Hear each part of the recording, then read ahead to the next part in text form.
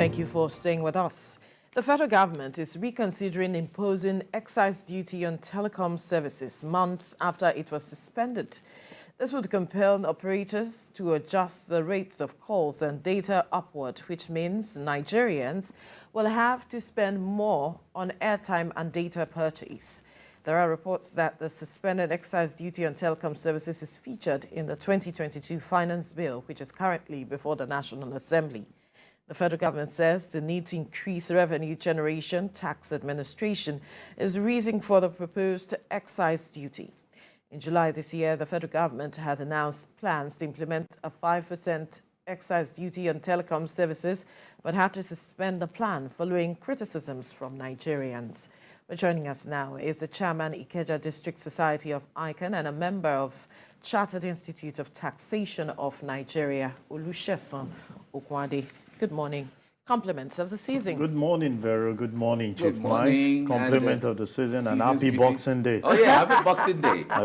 I forgot my gloves. No, it's not that we box. Are wrapping gift boxes. Gifts. So he's gift wrapping. Yes. When they say we boxing, just had a guest who enlightened us on now. it. Okay. That the boxing is not the box where we box people. We are wrapping we are wrapping boxes. boxes of I was gifts. thinking is that Anna begging for us to unleash the skill of the boxing. But the truth is that it's a time to give to our family members and loved ones. Very good. So I'm glad you mentioned it because I know before you leave here today, you are going to give to me. Amen. Amen. You know, when a woman boxes to the angle, you don't complain. You just concur. If it is Chief Mike now, I know how to answer the question. We know how to handle each other.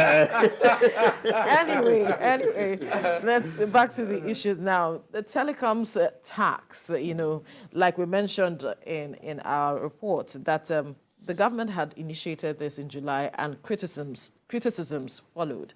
But the intention of government is to generate more revenue as it stands. What does this actually mean for the average Nigerian, this tax that the government is looking to begin? Yeah, let me start by saying that the proposition by the federal government is good to them, but for an average citizen, some of us have clamored that the multiplicity of taxes that the government is giving to an average Nigerian goes unbearable. It becomes unbearable for them, and it kills the businesses that we have. First thing I think that we need to consider is how do we increase the tax base rather than creating more taxes. Because these taxes we're talking about is still going to be borne by the same set of people that have been paying the statutory taxes that you have actually put there. And when you look at other climes where taxes has actually been used as a major revenue base, it is increasing the tax basis. And how do you do this? The first thing you need to do, because people comes, they discuss figure, is government fulfilling their social responsibility by being accountable for the ones that they are collecting. I can give you a practical example for one of the state internal revenue services. I'm sure here in Lagos, there was a time you go to some area when they are fixing the road or building the school, you see taxpayers money working. And people were like, oh, okay, if you are not getting more revenue from the government, we can see the taxpayer money being put to use in the construction of roads, in the building of school, in the building of medical, health centers for us to see. And it boosts the average common man to want to contribute or your pay his taxes voluntarily. And that is why some of us have said, given multiple taxation, this one will come, you will charge it again on individual that has been paying his company income tax, that has been paying stamp duty, that has been paying education tax, that has been paying all form of taxes that is expected of them. Don't forget, also doing other things that is expected of the government. One, providing of electricity. I'm sure you know the average organization this day generate their electricity via generator. I'm sure TVC is not exceptional. We do that, and you know the cost of generating this via diesel, or those that are even considering alternative power supply. These are basic things that the taxes we pay should provide for us. So for people like us, we keep saying that is double taxation. I pay taxes so that you provide electricity for me, but I'm still generating it, That means I'm paying taxes in double area. I am supposed to get basic health facility as a common Nigerian, paying my taxes. Because for us who pay payee, I'm sure you know they don't ask you question. As an organization, they deduct from source. What are the basic things? The social contract. Accountability is the watchword. And we've been saying it is not time. I'm sure you know, I spoke to this around August or September when they first brought it out. It is not the time to increase the hardship of average Nigeria. There are several people that, as will speak to you, are not paying taxes. And I take it to the federal, to the politicians. Anytime any politician wants to do anything, he goes, as far as I'm concerned, to buy tax clearance. Because you need to assess what somebody is having over 20 houses. And the tax he's paying is equivalent to what Chief Mike is paying. How do you treat that? When you are high up there, you pay lower taxes and you impose more on the common man. We are entering into a new year. I think this should be given a reconsideration. Telecoms, the calls we make and the data we use is what gives life to an average Nigerian. Mm-hmm. You want to check TikTok, you want to check your Facebook, your WhatsApp. These are things that keeps us moving. Some cannot go out yesterday. Did you know what they did? They bought data and they were looking at all the funny things that people are doing. That is what you want to increase the tax again. So how do you give that happiness to individuals? Even beyond that, some of the economic activity and meetings that are being held courtesy of COVID-19, internet and all of that.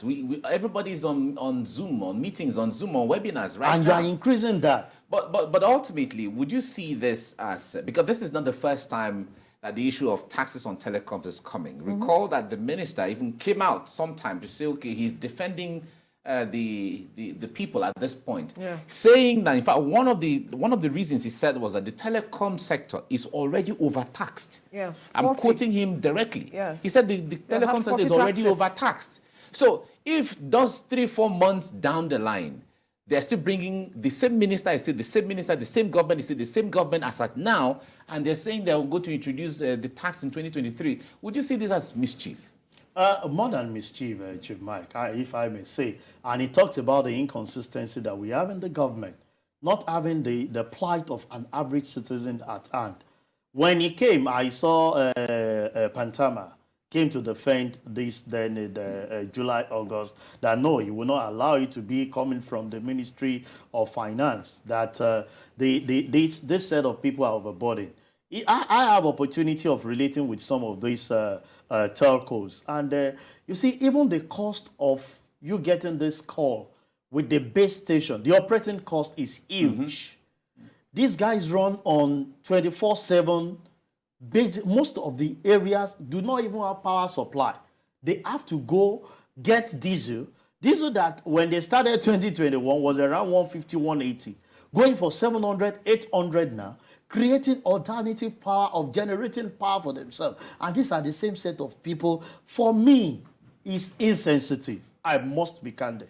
It's insensitive. What the federal government or the Ministry of Finance should be considering as we speak, how do we make, bring the trust of the people with some of the things that we are using some of these taxes for in such a way that the current statutory taxes that we are paying, people are getting value for it. Dr. Mike, I want to have 24 hours power supply in my area. If I do that, I'm going to be more productive.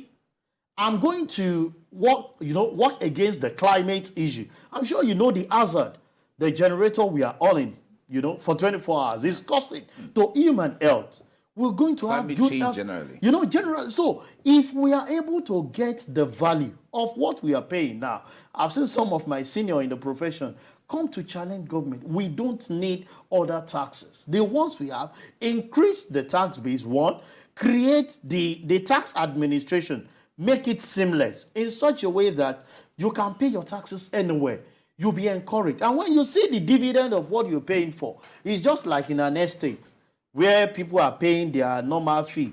And you can see your roads being tarred, you have street lights in your area. Nobody will force you to pay that your statutory monthly fee in that estate. But situation where you make those monthly fee, insecurity pervade, there is no electricity, the roads are bad, I'm sure you will see people fighting and say, no, I cannot. So government must start first by giving account of the ones that they have collected. Let's get the value for it. Then the citizen will be very happy.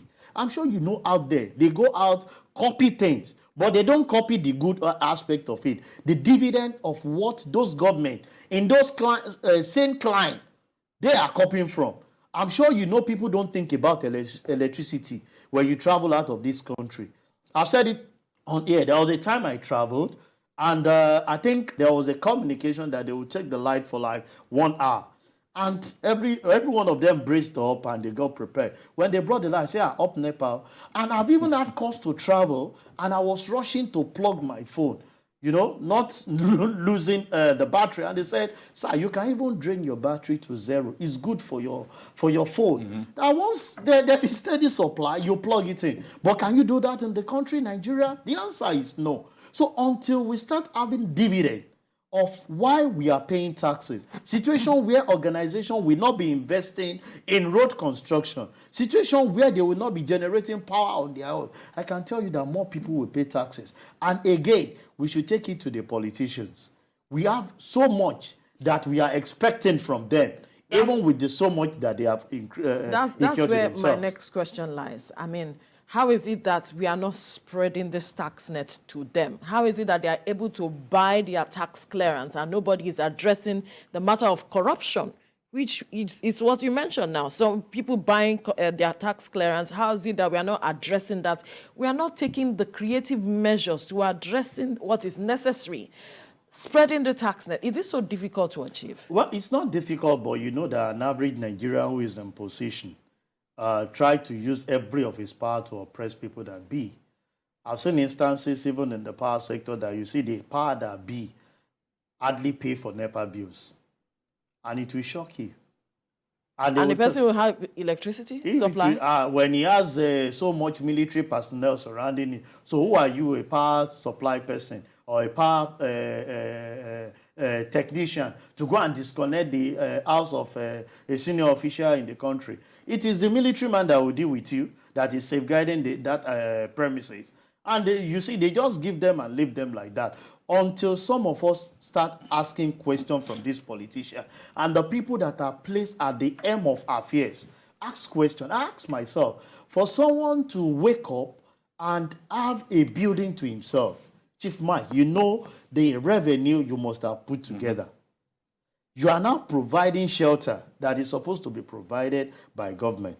And you have individuals having 10, 15 in choice area, that the cost of even buying the land is much more than what you and I, we used to build like 4 of such in the areas where we stay. And you ask, where is your tax clearance? You'll be shocked and marvel at what they are being charged for some of this, because some of those incomes are not well captured. And I have this to say, why are people against this cash withdrawal limit, saying that every transaction must go through the bank transaction so that you cannot nip it at the board? People like us came up and say, we support CBN on this policy, because what it will bring into to bear is that every transaction of yours will no longer be cash. So many cash exchange and without having record of some of those money. And when you don't have record of some of this income, how do you tax them? You don't tax losses. You don't tax income that is not there. You tax income and profit.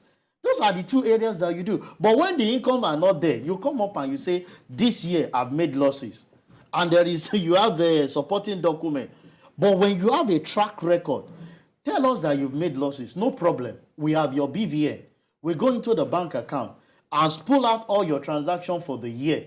And we will be able to pinpoint that this is an income. You know, every credit is assumed to be an income. Otherwise, when you give a clear description of what the money looks like. And I can tell you with that, the tax base on the tax payment of some of these individuals would definitely increase. You mentioned the cost of maintaining base stations earlier. Yeah. Of course, we now know that some of the telecoms, some of them are going into 5G technology. You know, the cost of spectrum, buying spectrum is high off the roof. Yeah. Now we have the issue of employment, direct and indirect employment, that they are all involved because they are spread across the country and all of that. Now telecoms have taken over issues of skill and empowerment that government is supposed to handle. They've gone into hospitals, building of hospitals and primary health care, providing that for people. They've gone into roads construction. They've gone into housing. They've gone into education. They've gone into, in fact, they've gone into fintech now as a way of trying to supplement what the banks, the traditional banks exactly are not doing. They are into power now and all of that. So when you consider all of this, you see that telecoms are even impacting lives, sometimes to a great extent, in areas that government is either failing or is not doing well.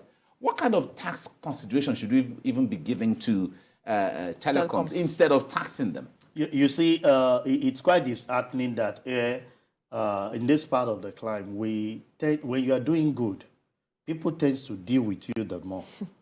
Those that are faithful in paying taxes are the ones that are paying more taxes every year by the government. And those that are unfaithful goes elsewhere, do whatever they like without anyone punishing them. Like you said, the telecoms that we're talking about, they are not going to bear the tax, this tax we're talking about. It's you and I that are going to do that. Because what they're going to do is to look for a way to factor that into their cost. And the thing we'll wake up to see as we enter into 2023 is increase in cost rate, increase in data rate. And you won't be able to do some of the things that you're doing.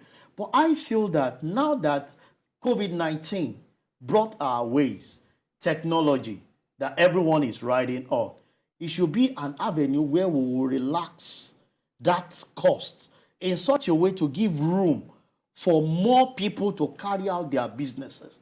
There are several businesses that we close now without seeing you physically. All we do is let's establish a conference call or even WhatsApp a conference call video. We do it. We establish it. I see your face, you see, we agree on it. We record the meeting. That's taken as minutes, as evidence of some of the agreement, and we'll move on. Now you are going to be taxing those people the more, and people will be running away from it.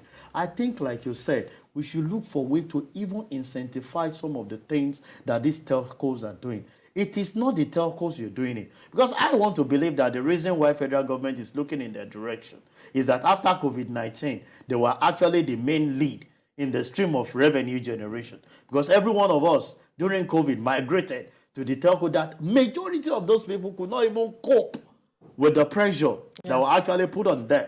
And I think we should be thinking... But some of the telcos are doing so much as well. They are. Because that money that is made as profit is going into areas that that government is also not doing well. Even infrastructures that they are supposed to provide. So I am of the opinion that you should encourage them. Knowing fully well that whatever you are adding to this tax, whether 5%, 3%, 1%, as stated in the Finance Act 2022, it is the Nigerians that will do it. You will wake up and the next thing you will hear that the call of the cost of making calls has increased. What do? You can't challenge anyone. All right, let's...